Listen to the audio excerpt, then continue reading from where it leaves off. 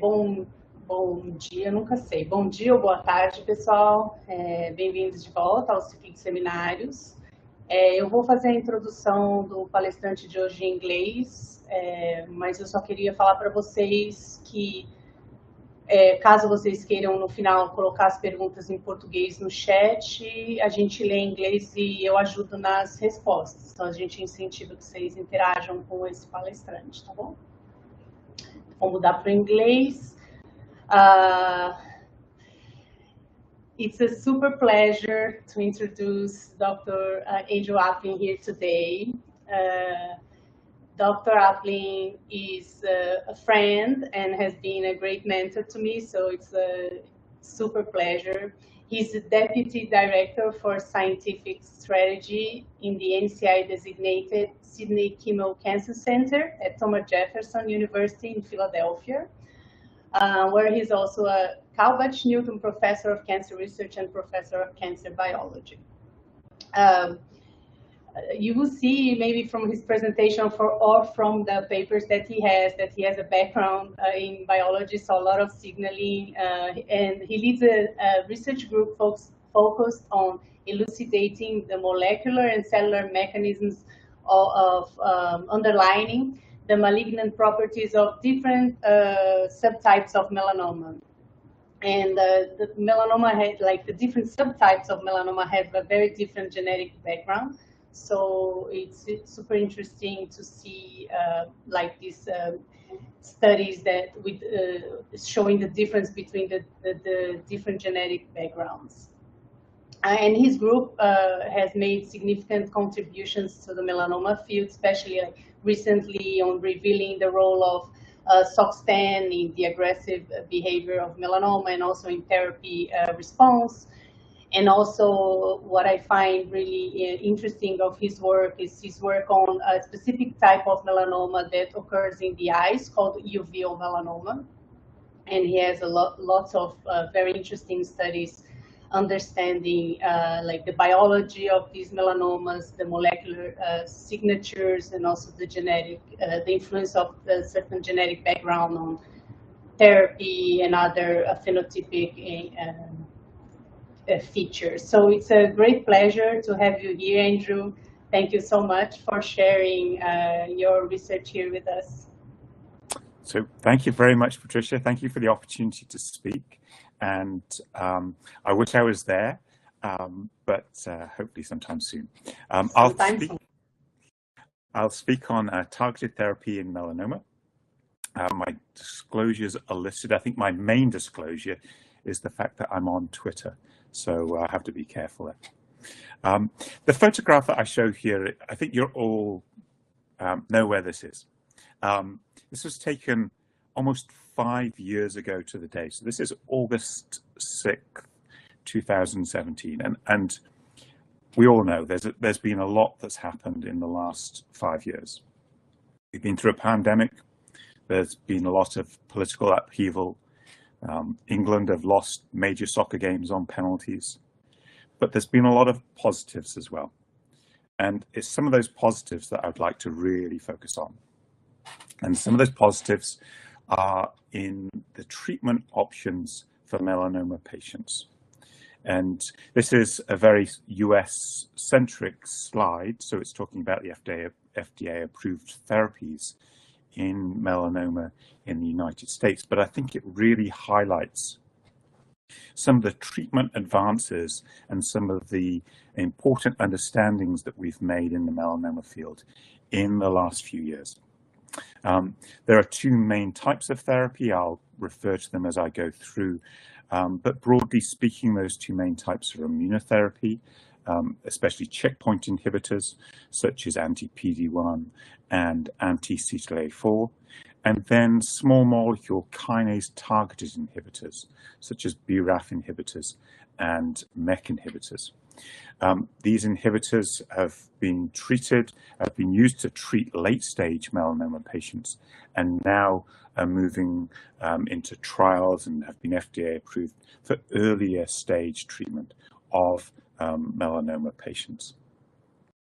So to give you some background on melanoma, This is the deadliest form of skin cancer. In the United States, there are over 100 new cases of melanoma per year. There are also about 100,000 cases of in situ melanoma.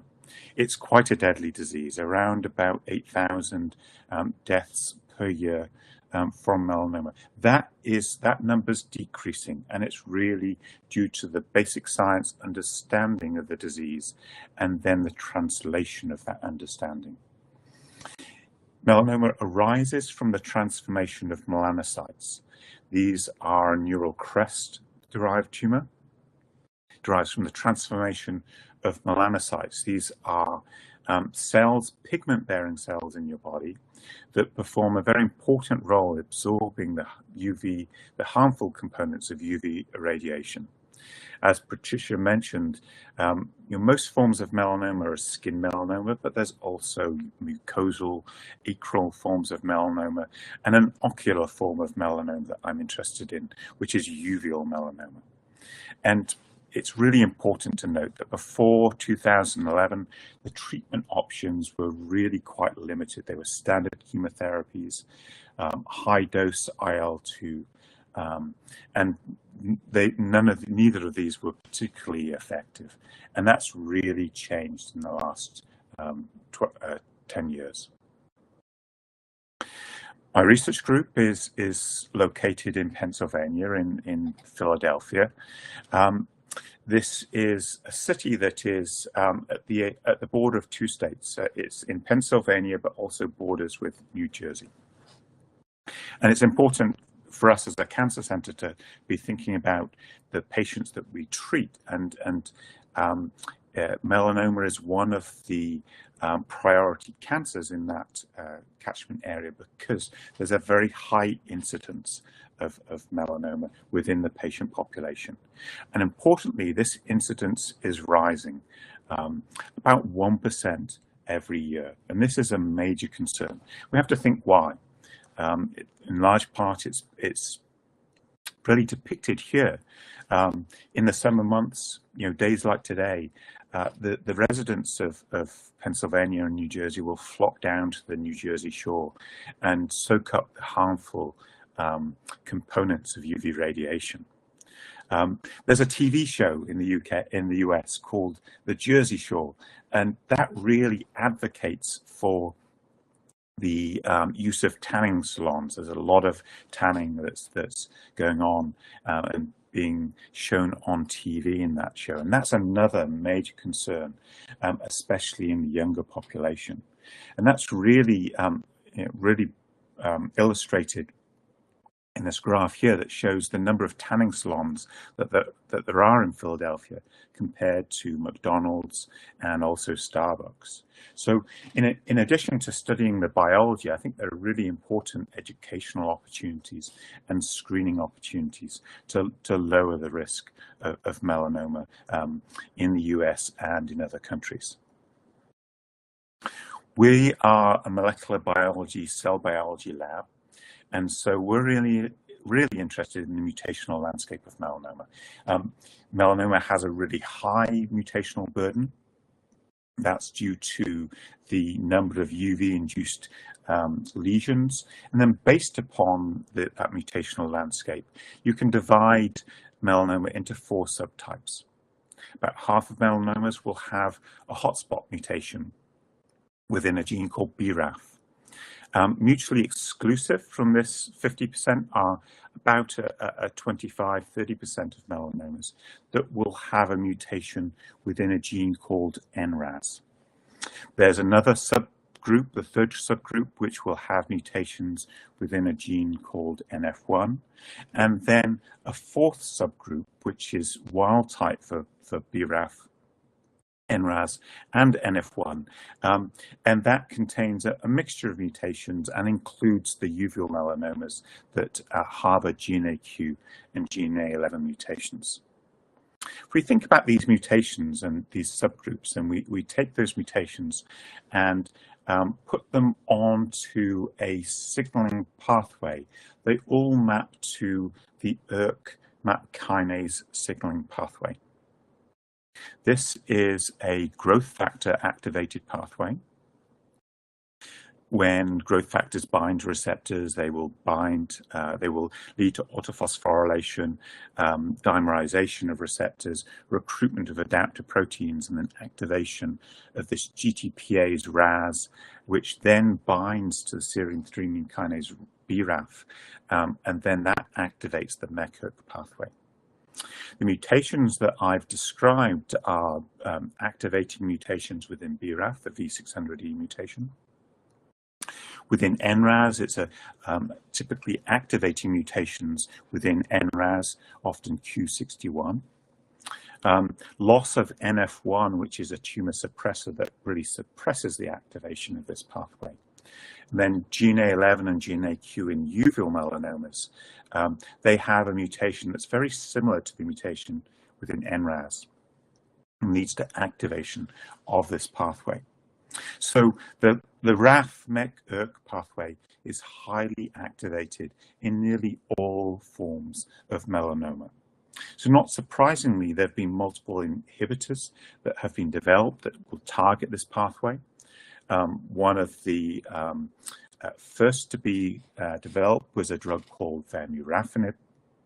That was tested in patients about 10 years ago and led to dramatic responses in the mutant BRAF harboring melanomas. And nearly all of these patients responded, and for at least a short period of time. And so that was one of the first effective therapies for melanoma and led to one of the early FDA approvals for vemurafenib within mutant BRAF forms of melanoma. Since then, there have been numerous more FDA approvals, combinations of BRAF inhibitors with MEK inhibitors, so inhibiting the pathway at multiple steps. And then also inhibitors that target immune checkpoints, essentially release the brakes on the immune system. Inhibitors of CTLA-4 that will lead to de-repression of cross-priming between T cells and dendritic cells. And then also anti-PD-1 that will inhibit the interactions between T cells and tumor cells. These immunotherapies have been very effective as well, and the combination of anti-PD-1 and anti-CTLA-4 really improves melanoma patient survival over the 5-year period at about 40%, but there are some toxicities. So what my lab is overall interested in is some of the challenges that remain despite these advances with these therapies. And I'm going to bucket these challenges into 3 areas. The first is acquired resistance. This is the scenario in which a patient with a melanoma responds very well to an inhibitor, in this case a targeted inhibitor. Get shrinkage of the tumor, but then during after a period of disease inhibition, there's relapse and regrowth of that tumor, typically in a period of 6 to 12 months. Second challenge is how to turn some of the tumors that do not have a high degree of immune cell infiltrate into more inflamed tumors. This is important because those immunotherapies that I've told you about will only work if the T cells are brought into the tumor and then allowed to become activated. And so some of the tumors are relatively cold and really need that mechanism to bring in T cells into the tumor. And then there are subsets of melanomas, especially the rarer subsets of melanomas, that are not effectively treated by either the 2 types of therapies that I've described, either kinase therapies or checkpoint inhibitors. And a good example of that is ocular melanoma or uveal melanoma, which is highly non-responsive to targeted inhibitors, such as MEK inhibitors, as shown here. These two graphs, the placebo and the MEK inhibitor graph in blue, are essentially indistinguishable. And so what are the potential therapeutic options for those patients? So we have research projects that are set up to answer each of these research themes. What I'll do is I'll talk mainly about the first two research thematic areas. Some of the work that we're doing modeling drug tolerance and resistance. And then I'll talk to you about ways that we're interested in making the tumor immune microenvironment turning it on, making it more inflamed. And then right at the end, I'll just touch on some of the work that we're doing in ocular melanoma and give you an overview of what we're doing there.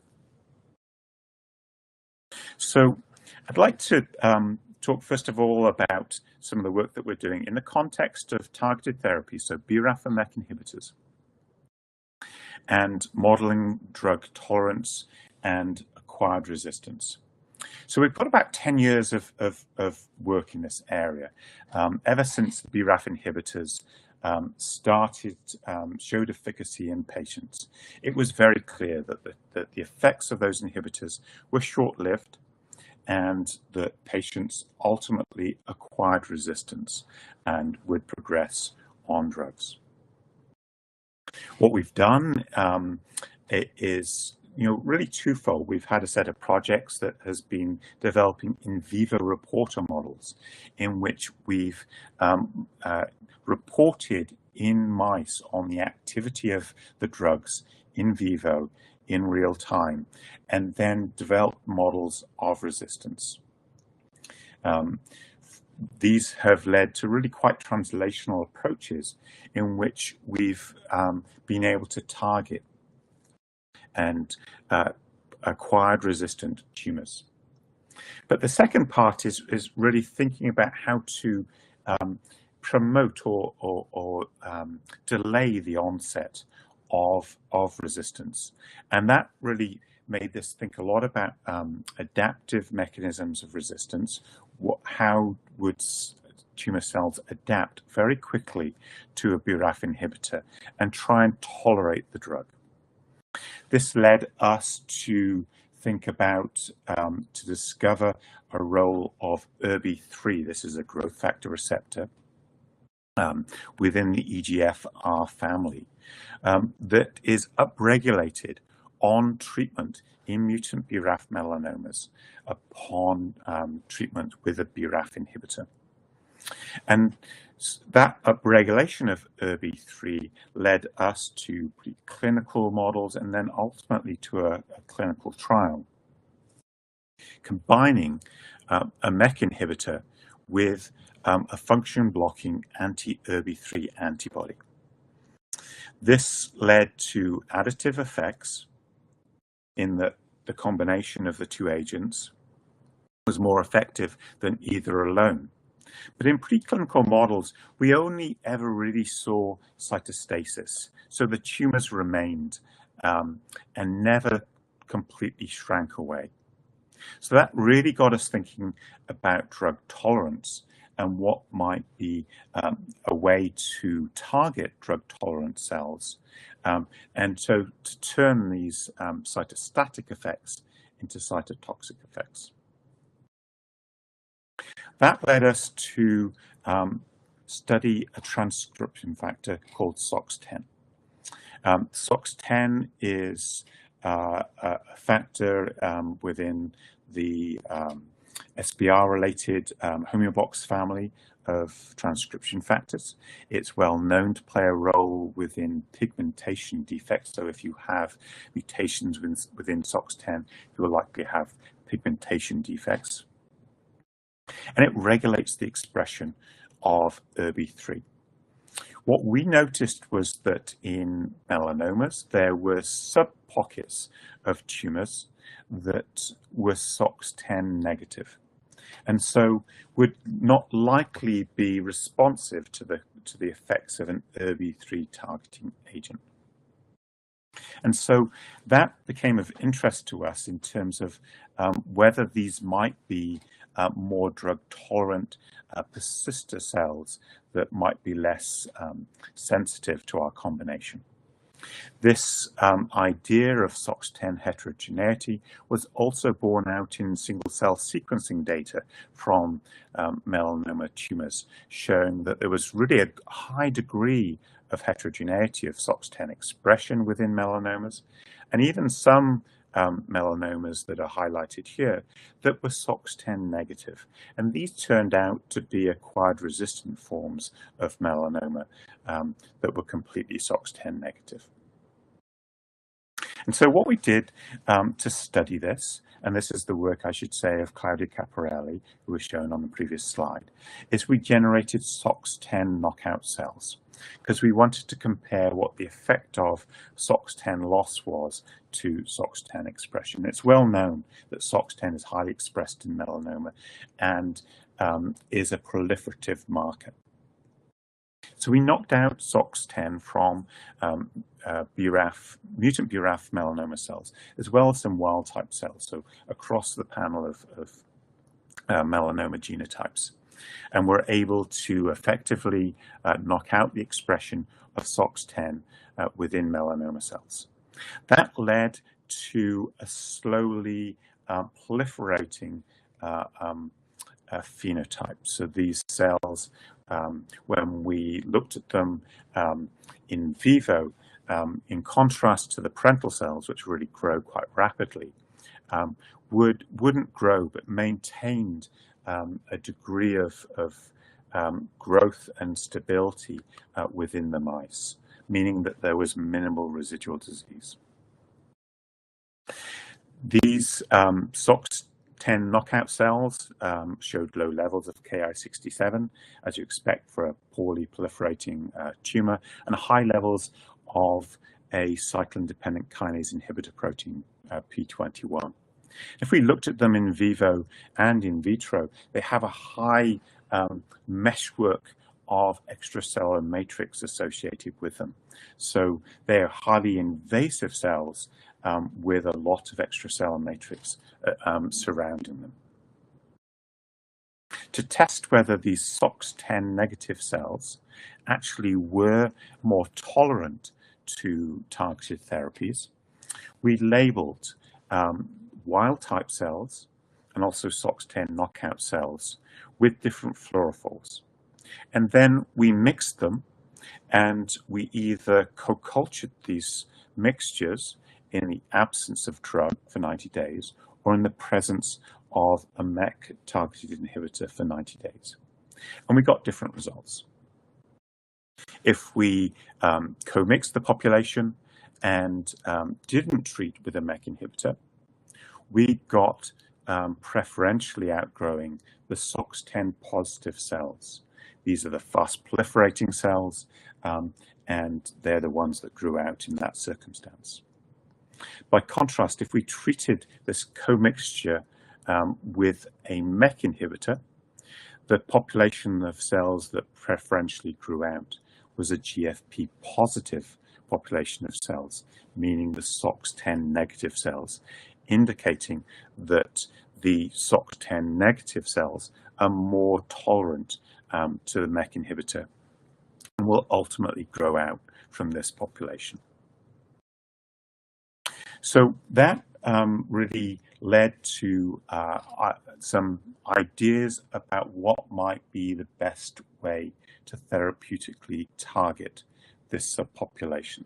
So again, our goal with these studies was to identify populations of drug-tolerant persistent cells, then ultimately to look to target those populations or those subpopulations to enhance the effects of BRAF and MEK inhibitors in melanomas. And so for this study, we performed a drug screen. We compared the effects of SOX10 proficient cells to SOX10 deficient cells to a broad spectrum of drugs. I think it was 1,600 drugs. And we were looking for differential sensitivity between the SOX10 proficient cells, and here are 2 lines of SOX10 knockout cells. What we detected was a class of inhibitors that are known as CIAP inhibitors.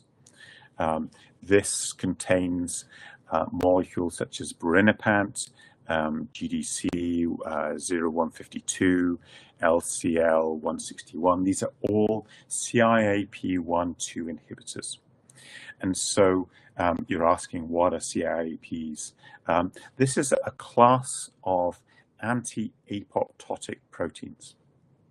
They are caspase inhibitors, and they block the ability of TNF-alpha to induce cell death through their ability to inhibit caspases. And so CIAP inhibitors likely remove that inhibition of caspases such that caspases can initiate cell death more effectively. We backed up that drug screen assay in our cell lines, and so this is a wild-type BRAF cell line. The parental cell line is non-responsive to CIAP inhibitors. Here I'm just showing you the data for birinapant, but the similar results were also observed with other CIAP inhibitors. But by contrast, the 2 SOX10 negative cell lines were highly sensitive even to low doses of CIAP inhibitors such as birinapant, as shown by these growth inhibition studies. We then asked, why might this be? What would be the molecular basis for this differential response to CIAP1/2 inhibitors? And the first thing we did was check the expression of the whole family of proteins, of CIAP proteins. There were no changes in CIAP1 or XIAP, but we observed a dramatic upregulation of the expression of CIAP2 in the SOX10 knockout cells compared to the parentals. And that was true in multiple cell lines. MeWO's is a wild-type BRAF cell line, whereas A375s are a mutant BRAF V600E harboring cell line. This is also true in patient samples. There's a very clear inverse correlation between the expression of SOX10 in the single-cell sequencing data and the expression of CIAP2. A good example for this is tumor 99, that is largely negative for SOX10, but highly expresses CIAP2. So there's an inverse correlation between SOX10 expression and CIAP2 expression that really likely underlies the differential response to CIAP1/2 inhibitors. So what we wanted to do was test that in vivo. We first performed xenograft experiments. These are using the A375 cell lines, in which we injected the cell lines into immune deficient mice and then treated them either with vehicle control, with birinapant, the CIAP inhibitor, with the combination of BRAF and MEK inhibitor, or the combination of all 3, BRAF, MEK inhibitor, and birinapant. You can see that birinapant had no effect alone. We got what we expected, which with BRAF and MEK inhibitor, which is initial tumor shrinkage, followed by a period of low detection of tumor burden, followed by rapid regrowth associated with acquired resistance. What we found is if we added birinapant, we delayed the onset of that rapid regrowth or the rapid acquired resistance and delayed or prolonged mouse survival in these experiments. This is a cell xenograft experiment. We also performed patient-derived xenograft models, and this is quite a complex experiment, but this was designed to test different schedules of drugs because of the potential for toxicities when we started adding drugs together. So this was a four-arm experiment in which we tested different schedules of BRAF and MEK inhibitor with birinapant.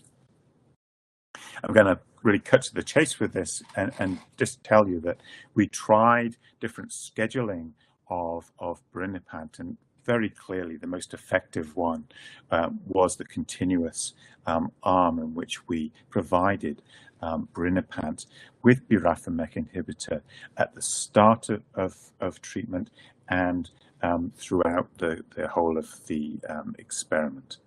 And that led to delayed regrowth and prolonged mouse survival.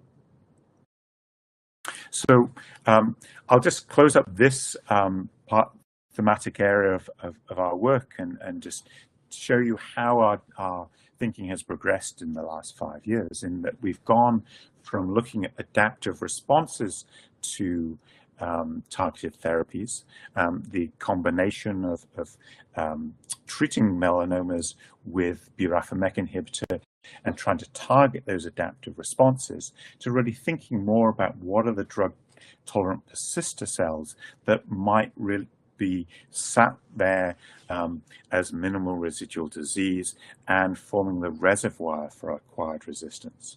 And we think that SOX10 negative cells form one of those populations, and that targeting that population with CIAP inhibitors might be one mechanism to target those drug-tolerant persister cells. I'm going to switch now and really focus on the second theme that I mentioned at the start, which is how to turn cold melanomas into hot melanomas. And there's obviously a lot of interest here because of the effectiveness of immunotherapies, but also because of the interest in combining immunotherapies with the targeted kinase inhibitors.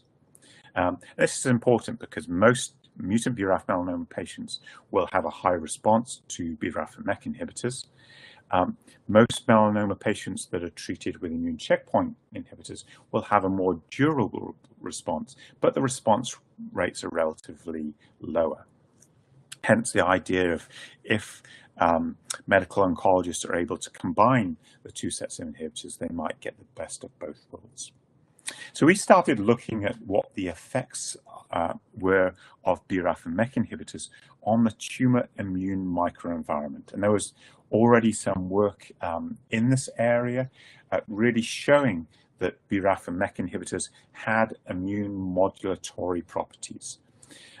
Work from Richard Scolyer groups in Australia had shown increased CD4 and CD8 T cells infiltrating into tumors, tumor biopsies treated with BRAF and MEK inhibitors. Jen Wargo had shown increased expression of melanoma antigens such as MART1, GP100 upon treatment.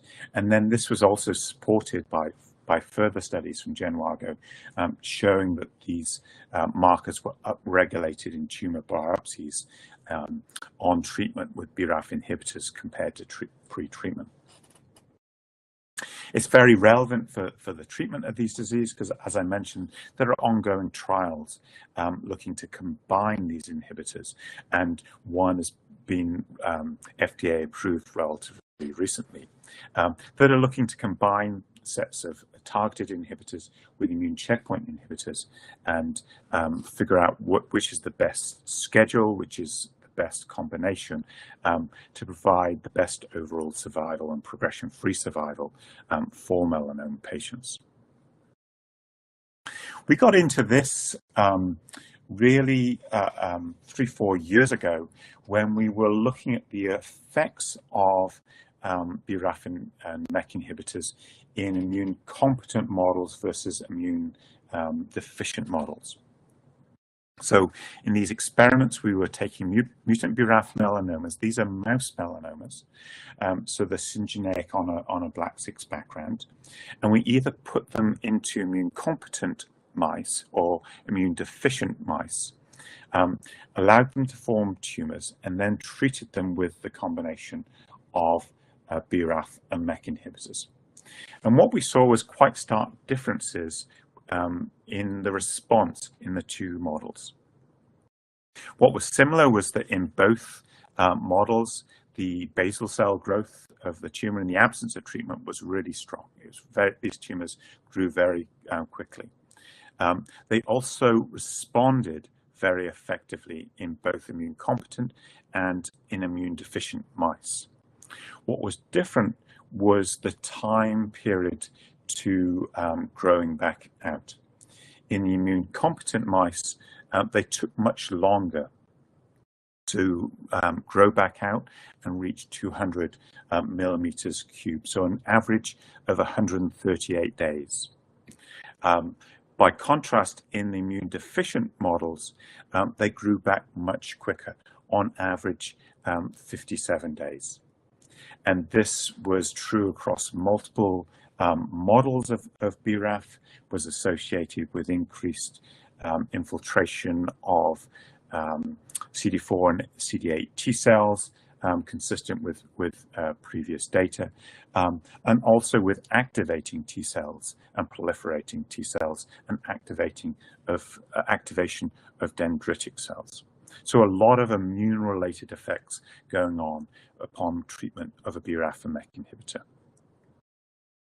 This led to increased mouse survival as well, which was an important readout for us with these studies. So I mentioned to you that we saw differences within different immune cell populations, and in particular we saw differences in the T cell and dendritic cell populations. And this was true in patient data sets on treatment with BRAF and MEK inhibitors. There was clearly upregulation of a number of both T cell gene signatures as well as dendritic cell signatures. And those gene sets, the strength of those gene sets correlated with the response to BRAF and MEK inhibitor efficacy within patients. An important experiment for us was to show that the response to BRAF and MEK inhibitors within these melanoma models was dependent upon T cells. And so we tested whether there was a functional contribution. We depleted CD4 and CD8 T cells from mice and showed that significantly reduced the therapeutic efficacy of BRAF and MEK inhibitors in terms of the time to regrowth. And so if we, in blue is the tumors in which mice were depleted for CD4 and CD8 T cells. And that results in a much shorter mouse survival, clearly indicating that there's an immune component to the efficacy of BRAF and MEK inhibitors. So that immune component really is not that well studied, and that is really what brought us to start to look at the effects of inflammatory forms of cell death. These are forms of cell death that are being studied, and the mechanistic details are really being worked out. But one that of particular interest to us was pyroptosis. And we were really interested in pyroptosis with the idea that if we trigger pyroptosis, we might be able to alter the tumor immune microenvironment and subsequently alter the response to immune checkpoint therapy. That started a collaboration with an investigator at Jefferson, Ahmad Al-Nemri. He is an expert in the area of pyroptosis and all forms of cell death. And what Ahmad Al-Nemri had shown was that pyroptosis is a form of cell death that is mediated by the cleavage of a family of proteins called gasdermins. These gasdermins, when they're cleaved, they form pores through which inflammatory cytokines and also damage-associated molecular patterns are secreted into the extracellular milieu and can alter the tumor immune microenvironment. In particular, one of the DAMPs, HMGB1, is known to activate dendritic cells. It can bind to toll-like receptors and regulate the dendritic cell maturation and recruitment of T cells and lead to anti-tumor responses. We were interested in this form of pyroptosis, gasdermin E-mediated forms of pyroptosis, because Ahmad had shown a mechanism whereby cleavage of caspase-3, so active forms of caspase-3 that were associated with apoptosis, can talk to pyroptosis and trigger the cleavage of gasdermin E. So our question really was whether targeted therapies, BRAF and MEK inhibitors, could trigger apoptosis and subsequently pyroptosis and alter the tumor immune microenvironment. That was supported by gene set analyses showing that there was a very strong association between a pyroptotic gene set and the infiltration of T cells into cutaneous melanomas, and also the response to therapy. It's also supported by evidence in the TCGA showing that there's high levels of gasdermin E expression in both cutaneous and uveal melanomas. And so we started to perform experiments in which we treated mutant BRAF melanoma cell lines with BRAF and MEK inhibitors, showed, as we expected, that we could inhibit phosphorylation of ERK. As we expected, we got cleavage of caspase-3, and as we were hoping for, we saw cleavage of gasdermin E. And so BRAF and MEK inhibitors are triggering this apoptotic pathway that leads to cleavage of gasdermin E. I've already told you that if you get cleavage of gasdermin E, you get release of pyroptotic markers, so inflammatory cytokines, DAMPs such as HMGB1, and so we looked for the expression of, or the secretion of those into the cell media and showed that BRAF and MEK inhibitors induce the secretion of both cytokines and DAMPs into the media following BRAF and MEK inhibitor treatment, and that the secretion was gasdermin E dependent. So if we knock out gasdermin E, that led to an ablation or reduction of the secretion of HMGB1 into the cell media, indicating that BRAF and MEK inhibitors induce pyroptosis, and that is gasdermin E dependent. We obviously wanted to look at what the effect is on the tumor immune microenvironment.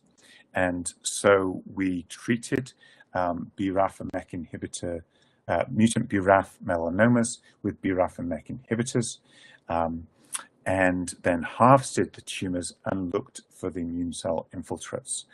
We, on the top here, are parental tumors. We also performed the same experiments with gasdermin E knockout tumors. I think I've shown you earlier that BRAF and MEK inhibitors lead to an influx of CD8 T cells and also dendritic cells into melanomas, of CD8 T cells and CD4 T cells into tumors. That was reduced when we knocked out gasdermin E. But we did see a dramatic increase in the levels of dendritic cells as indicated, and also macrophages as indicated by the CD11B staining in the gasdermin E knockouts. Lastly here, these were very short-term experiments. What we wanted to do was look at the long-term experiment, the long-term impact of gasdermin E on the tumor growth following BRAF and MEK inhibitor treatment. And so we took both parental and gastromen E knockout tumors, showed that they both grew very effectively in mice, and treated them with BRAF and MEK inhibitors. As we saw before, there was effective inhibition of tumor growth following BRAF and MEK inhibitor treatment in both cases. But what was different is if we released the mice from treatment after 90 days, it was the gastromen E knockout tumors that grew back. So what that implies to us is that there's minimal residual disease that's present in the gastromen E knockouts, and that there is less immune-based clearing of those tumors following BRAF and MEK inhibitor treatment.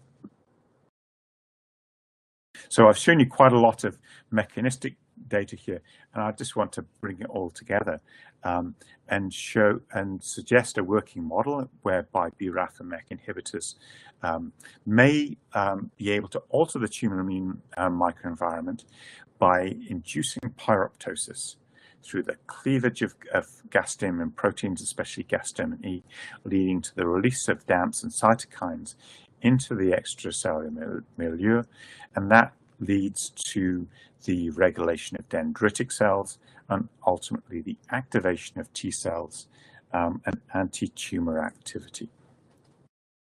We've obviously got a lot of future work to do in this area. We're very interested in the changes in different TIL populations, the response to immune checkpoints, the role of other gastrogens. But we think that this is quite an important area to really investigate further based upon the combination of targeted therapies and immune-based therapies. And then just in the last few minutes, I want to really touch upon, at a very high level, some of the other, the third theme that we're working on. And that third theme really focuses on a rare form of melanoma. It's ocular or uveal melanoma, which constitutes about 4% of all melanomas. These harbor activating GNAQ, GNA11 mutations. They're present in about 90% of uveal melanomas. So these are early stage initiating mutations. BAP1 or loss of BAP1 is associated with aggressive metastatic disease. Now, uveal melanoma is quite different from cutaneous melanoma. It is different in that it does not harbor BRAF mutations, has really poor response to targeted therapies such as MEK inhibitors, also has poor response rates to immune checkpoint therapies such as CTLA-4 and anti-PD-1. There is one FDA-approved agent, Pentafust, which is a bispecific fusion protein. Another big difference is that ocular melanoma metastasizes with a very selective tropism to the liver. And so what we've been doing is really building teams here. And I always say that everything that we're doing in ocular melanoma is very collaborative. And so we're always seeking for new collaborative efforts in this area. We've got work in which we're studying the effects of G protein coupled receptor signaling. We're looking at the effects of BAP1 loss. We've got a collaboration with Julio Guerreguizo studying cellular dormancy, as well as studies looking at the resistance to therapy in the liver tumor microenvironment. So really a lot of work in this area, all aimed at improving the therapeutic options for this subset of patients. This is really an overview of some of that work in which we've performed lab discoveries, either with BET inhibitors, so transcription-based inhibitors, or with focal adhesion kinase, a targeted inhibitor at the bottom.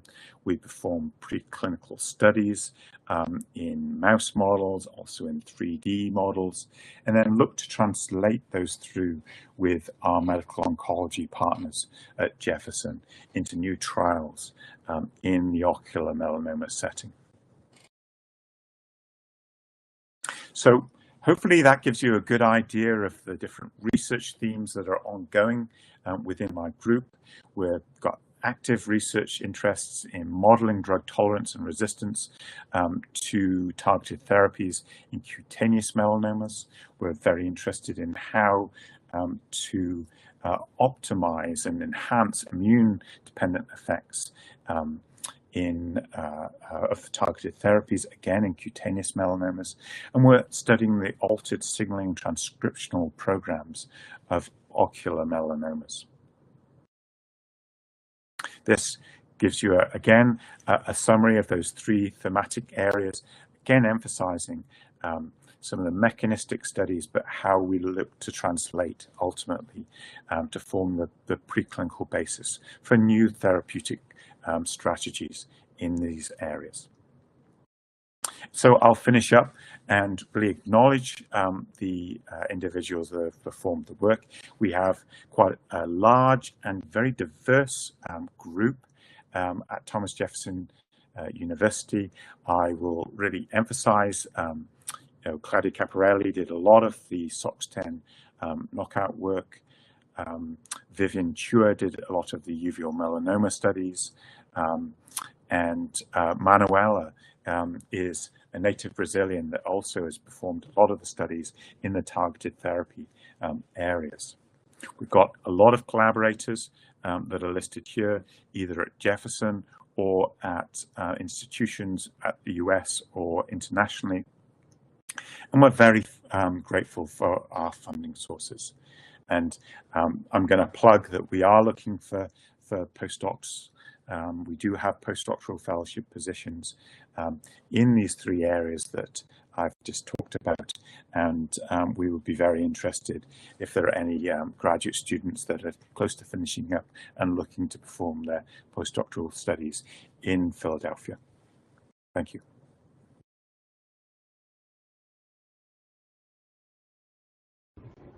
Thank you, Andrew.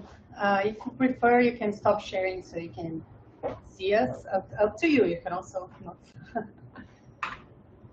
Thank you so much for sharing all this data with us. Super exciting. I really like the turning the tumors hot part. I think it was the first time I saw, and I don't know much about this type of cell death, so for me it's super interesting. Thank you.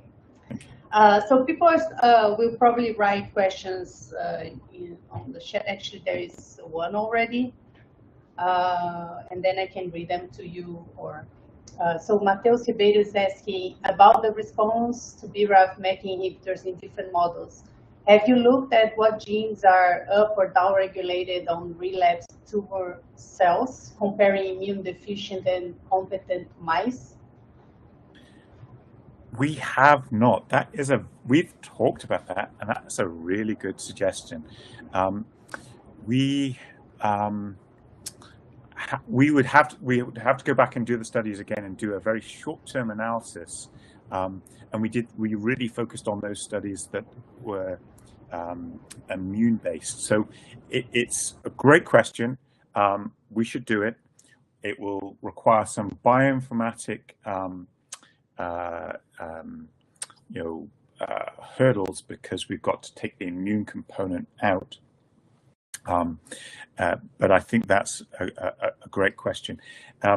We are thinking about that most importantly in the context of the durable response. So the what may underlie that dormancy or drug-tolerant persister population that is sort of lost in the gasdermin E knockout. So that's actually the experiment that we're doing. We've got single-cell RNA-seq data from those experiments, and we're looking at it two ways, both from the context of the tumor cell and from the context of the immune cell. And we've actually been looking at it more in the context of the immune cell population at this point in time.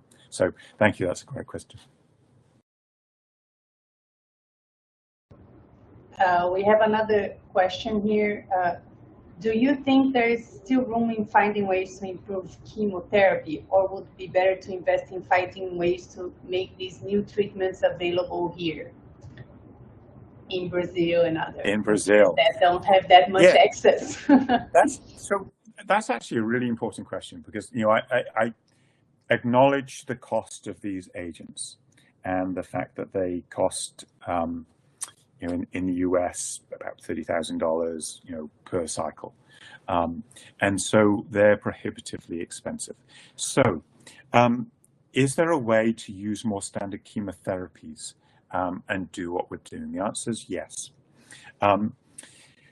What I've showed you today is a way to trigger pyroptosis using BRAF and MEK inhibitors. And we got to that because of our thoughts about utilizing these two sets of agents. But, I mean, there's very clearly the option to utilize more standard forms of chemotherapy or more selective ways of trying to trigger pyroptosis.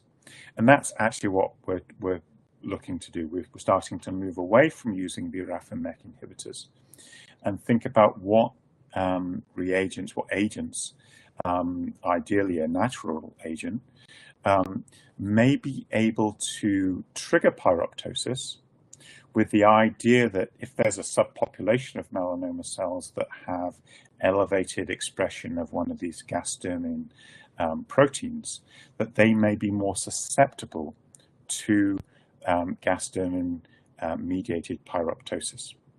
And this relates to some of the work that we're doing in ocular melanoma.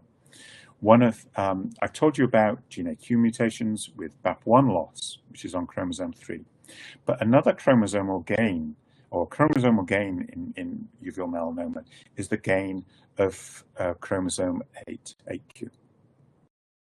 And one of the gasdermin genes, gasdermin D, is on that region of chromosome 8. So we've got a project that is thinking about how to initiate the cleavage of gasdermin D and trigger pyroptosis in ocular forms of melanoma, thinking that the more advanced stages of those may be more susceptible to pyroptosis. Thank you. I actually have a question about the SOX10 story that I was thinking, but not related to therapy, more related to how invasive these cells are when they are SOX10 negative.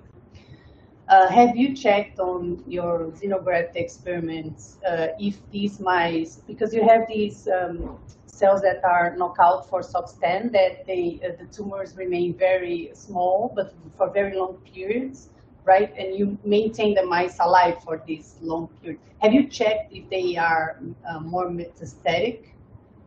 So we haven't done that, and we were expecting that as a reviewer question. And so the SOX10 negative cells, they show all the phenotypes of being more invasive. They're more invasive in vitro. They've got upregulation of Wnt5, upregulation of numerous invasive markers. We did not perform the exact experiment that you're suggesting. And we do have the models to do it. The MIWO model actually does metastasize. If you do sub-Q or intradermal injections, it will metastasize to different lesions. So that is on the books to do. It got a bit COVID delayed, if I can use that excuse. You still can. I think we will always be able to use this excuse. But would you expect that the metastatic cells, Yes. would you expect them to be SOX10 positive, or you think that the cells that are actually circulating would be, what would you expect? So our prediction is that the SOX10 negative cells would disseminate more rapidly, but would reside at a distant site as single disseminated tumor cells or as micrometastases. And those, because they're knockouts, they would be unlikely to proliferate. So it's a difficult experiment. In the context of a real melanoma, what we think is happening is that there's an epigenetic switch. and so that the SOX10 is downregulated, it allows for a more invasive phenotype, and then there's a re-expression of SOX10 at the distant site, cells become more proliferative. And so, what our therapeutic designs, what our strategy is, it's essentially the preclinical basis for targeting minimal residual disease. And that's where some of our timing experiments come in as to when is the best time. Is it to treat with a BRAF and MEK inhibitor to minimal residual disease, and then target those cells with birinapant with something else? Or is that the best scheduling? So that is why we've been performing scheduling experiments and are asking those types of questions. Thank you.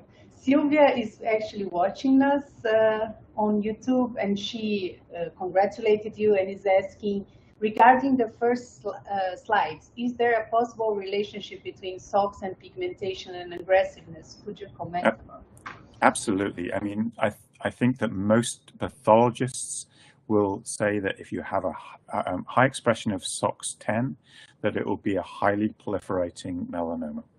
And I think our work is completely consistent with that. We're thinking about this in terms of phenotypic switching and the SOX10 negative cells preferentially disseminating and being more dormant-like. And we have a question about from Isabella Noma. Did you observe some differences in SOX10 in NRAS mutant melanoma, or it was only interesting in BRAF mutant? Yes, we have. So I skipped over really the genotypes, but I would say that we've broadly performed these studies across the main genotypes. So I showed you studies for a large part either in mutant BRAF models or in a triple wild type model. But we do have some mouse melanoma lines that are knocked out for SOX10, and the effects look very similar in those lines. So we think it's true across the board. Okay, maybe we have, I'm not sure we have someone writing, maybe not. But yeah, thank you so much, Andrew, for the talk and for this discussion. It's a real pleasure to have you here. Let's just see, Natalia is, she's writing here. Maybe she has someone with a question on YouTube. I don't know, Natalia, do we have a question there? Actually, yeah, she's actually just thanking you. She's part of the committee, the seminar series committee. But we have one last question. Can you comment more about the preference of uveal melanoma to colonize the liver? Do you already have some results indicating the reason of this preference? So, Flavia, that's a terrific question, and that's actually one of the most important questions in the uveal melanoma field. We have some understanding in that uveal melanomas have high levels of c-MET expression. The ligand for c-MET HGF is high in the liver tissue. Do we have functional data that clearly shows that underlies the tropism? Not really. Part of this is limited by the models in uveal melanoma. So one of our main efforts is to really develop models in which we can follow the metastatic tropism. To date, the mouse models for uveal melanoma, or mouse models that have introduced gene AQ, gene A11 mutations, you get some uveal melanomas that are high localized, but you also get a lot of skin tumors, and there's very poor levels of metastasis. And so I don't think we've got a very good models to functionally test that at the moment. But we're interested in that, and that's a terrific question, and I think it's one of the most important questions. Okay, so thank you again. Hopefully next time we can bring you to Rio and show you another part of the city that you haven't seen. I hope so. Take a new photo. That's a plan. Thank you so much, Andrew. Thank you very much, and thank you for your attention and all the questions. Have a good weekend, everybody. Ciao. Bye-bye.